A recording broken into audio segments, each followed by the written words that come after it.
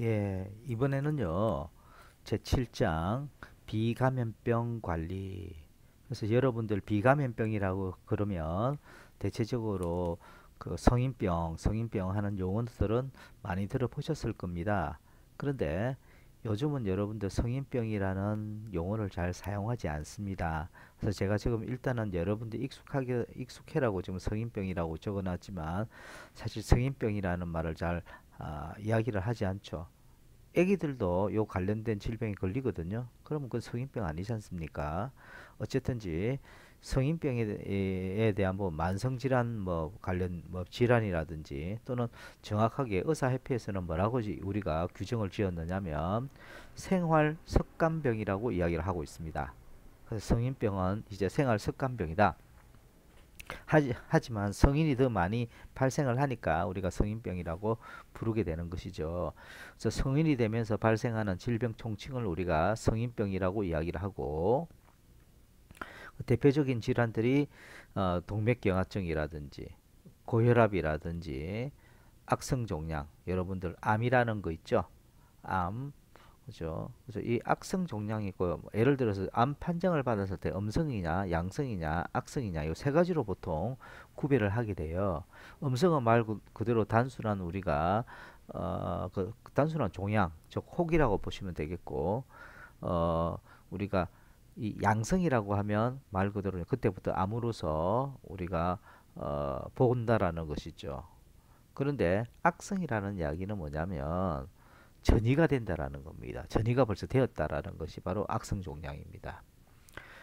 그런 부분들, 당뇨병, 여러 것들이 대표적인 성인병입니다. 그래서 만성 폐쇄성 폐질환, 대행성 관절염 같은 것들도 우리가 비감염병이라고 이야기를 하시죠. 그런데 사실은 여러분들도 알다시피 지금 코로나19 때문에 많은 사람들이 이 사망을 하고 피해를 보고 있는 것이지만 실제 근래에 들어왔을 때는요, 이런 감염병보다는 이 비감염병, 즉 만성질환에 의해서 많은 사람들이 고통을 받고 사망에 이르기까지 한다라는 것입니다. 그래서 그만큼 이 비감염병에 대한 관리가 중요하다라고 볼 수가 있겠죠. 기본적인 이 성현병에 대한 개념을 한 보충 자료를 통해서 한번 살펴보도록 하겠습니다. 그래서 우리가 성인병, 비감염병 또는 만성 대행성 질환이라는 이런 질병은요, 그 특징은 이렇습니다. 만성적인 경과를 거치면서 연령이 점차 증가함에 따라서 극에 따라서 증가하는 어떤 질병을 만성 대행성 질환이라고 하죠. 그래서 급성 감염성 질환에 대응되는 그런 질병이고 또는 우리가 만성 비감염성 질환이라고도 합니다. 그래서 이 만성 대행성 질환의 대표적인 형태 질병들로 보게 되면은 고혈압성 질환, 동맥경화증이라든지 고혈압, 심근경색, 뭐 이런 심장 질환과 같은 것들, 뇌졸중과 같은 뇌혈관 질환 같은 것들이 대표적인 만성 대행성 질환이 되겠습니다.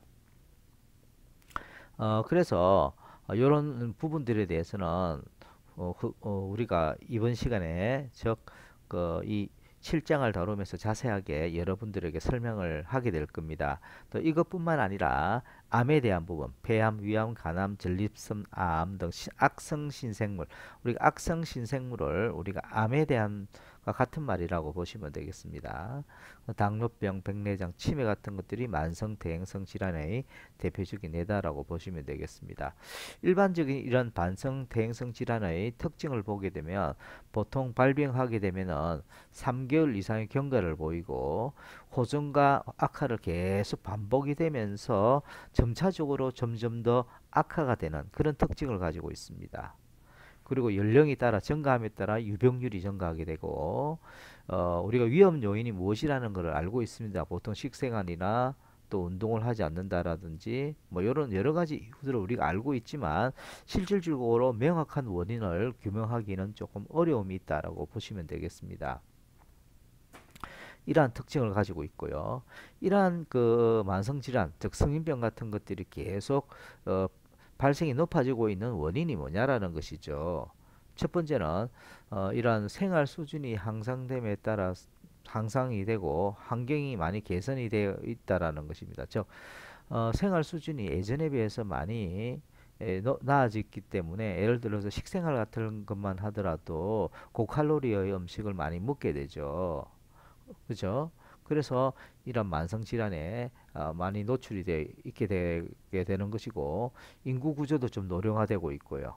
그죠? 나이가 들어감에 따라 일반적인 특징 아까 보셨잖아요. 나이가 들어감에 따라서 이 만성 질환이 점점 증가하고 있다. 그래서 인구 구조가 노령화되고 있다. 특히 우리나라는 거의 이제 인구 고령화에 이제 돼가고 있는 그런 상황이 노령화에 되고 있는 그런 상황이 되고 있죠. 또 식생활 습관도 많은 변화가 있고요. 그다음에 산업 사회에 따른 생활 내용도 많은 변화가 있게 됩니다. 이런 것들이 실질적으로 이 성인병을 발생시키는 아주 중요한 원인들이 되겠죠. 그래서 이런 부분들을 조금 더 우리가 보충 자료를 통해서 한번 살펴보게 되면은 이 만성 대행성 질환의 어떤 역학적 특성을 보면 직접적으로 그 원인은 아까도 이야기했지만 규명하기가 좀 어렵습니다. 감염성 질환 같은 경우는 직접적인 그 영향은 뭐죠? 그 해당되는 병원체가 되겠죠. 근데 만성 대행성 질환 같은 경우는 직접적인 원인을 밝히는 것이 밝히기가 굉장히 어렵다라는 것입니다. 그리고 그 원인이 좀 복합적이다. 여러 가지 요인들이 서로 얽히고 설켜가 있는 그런 상황이 된다. 예를 들어서 이제 우리가 관상동맥 질환, 우리 심장에 보면 심장에 영양분이라든지 산소를 공급해주는 그걸 관상동맥이 있지 않습니까? 이 관상동맥의 3대 위험 인자를 보면 고혈압이라든지 고콜레스테롤 혈증이라든지 허병 같은 것들 이런 여러 가지의 원인들이 서로 섞여서 얽혀서 이 관상동맥 질환을 우리가 발생시키게 되는 것이거든요. 이처럼 이런 요인들 간의 관계가 상당히 복잡하다라고 보시면 되겠습니다. 그다음 당뇨병 뭐 이런 것도 마찬가지가 되겠고요. 또 잠재 기간이 좀 깁니다. 원인이나 관련 요인과 접촉해서 발견하기까지가 상당한 기간이 소요가 된다. 예를 들어 고혈압과 영분 섭취량 같은 경우 한 번 짜게 먹다 해서 고혈압이 발생되는 것이 아니죠.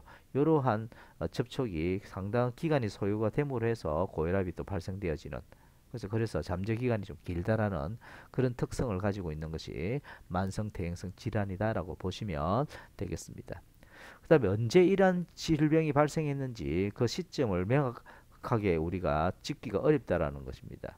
예를 들어서 동맥경화증 같은 경우 진단이 가능한 시기는 이미 상당히 진행된 상태라는 거죠. 동맥경화증이 판명 나왔을 때는 이미 그 진행 상태가 굉장히 진한 그런 상태라는 것이죠. 그래서 그런 병변 자체는 오래전부터 체내에 했기 때문에 언제부터 이러한 이렇게 발생이 되는지 그 시점을 알기가 상당히 어렵다라는 것이죠.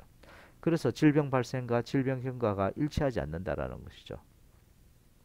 그러한 역학적 특성을 가지고 있고 또 생물학적 원인으로 우리가 만성질환에 대한 부분들을 살펴보게 된다면 유전적인 소인이 좀 많습니다. 특히 고혈압 같은 경우는 부모 양친 모두 고혈압일 경우에 자녀가 50% 정도일 가능성이 높고요. 당뇨병 역시도 유전적 소인이 굉장히 크죠. 그리고 생물학적 원인으로서 노화, 지금 노화가 되면 그만큼 고혈압 같은 경우 연령이 증가함에 따라서 고혈압 유병률이 점점 높아지고 있고 당뇨병도 역시 성인에서 많이 발생하고 있습니다. 비만, 그죠? 뭐 예를 들어서 고혈압에 그죠?